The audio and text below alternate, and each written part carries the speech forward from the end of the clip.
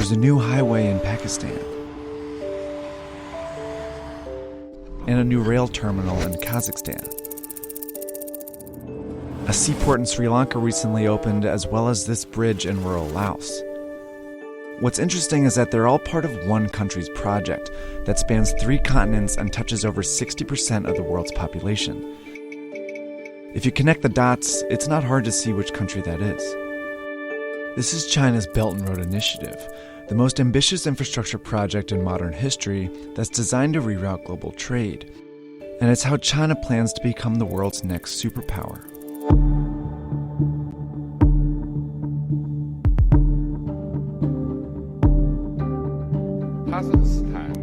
Kazakhstan. It's 2013, and Chinese President Xi Jinping is giving a speech in Kazakhstan, where he mentions the ancient Silk Road, a network of trade routes that spread goods, ideas, and culture across Europe, the Middle East, and China as far back as 200 BC.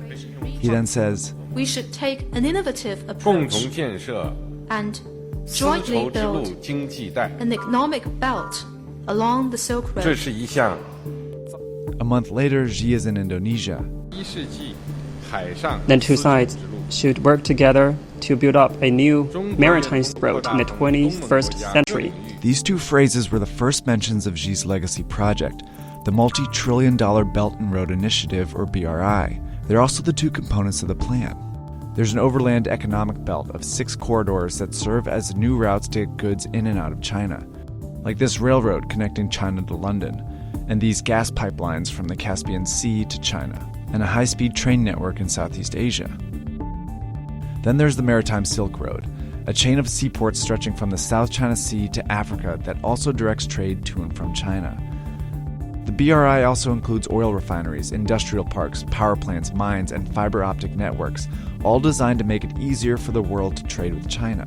So far, over 60 countries have reportedly signed agreements for these projects. And the list is growing because China promotes it as a win-win for everyone. Take, for example, the BRI's flagship project, Pakistan.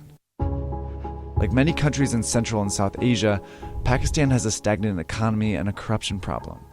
It wasn't a popular place for foreign investment, that is until China came along. In 2001, China offered to build a brand new port in the small fishing town of Gwadar. By 2018, the port, as well as a highway and railway networks, became a $62 billion corridor within the BRI. It's where the economic belt meets the Maritime Silk Road, and it seemed to benefit both countries. Pakistan saw its highest GDP growth in 8 years and forged a tight relationship with a major world power. China, on the other hand, secured a new alternative route for goods, especially oil and gas from the Middle East. Through projects like these, it also found a way to boost its economy.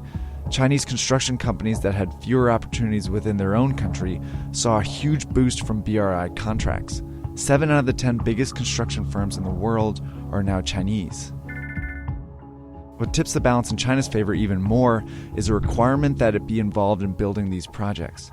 In Pakistan, for example, Chinese workers have directly built projects like this highway here, and a Chinese firm has worked with locals on a railway here in Serbia.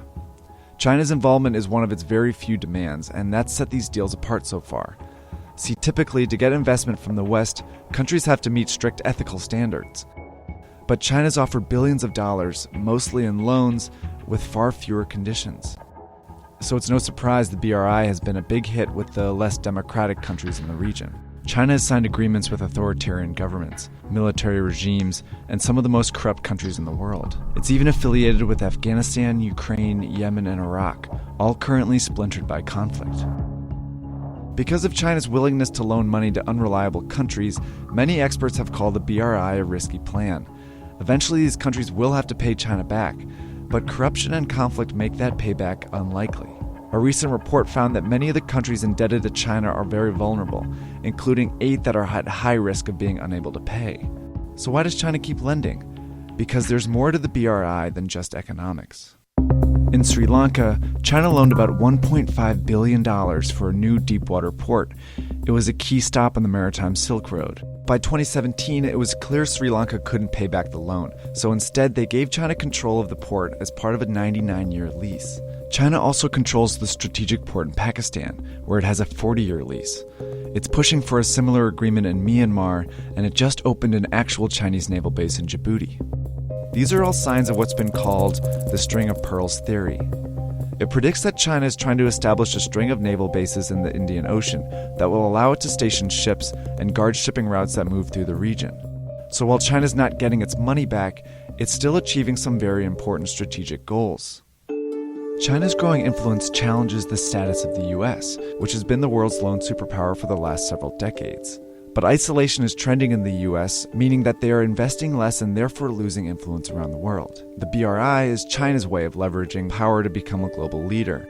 By building relationships and taking control of global trade, China's well on its way.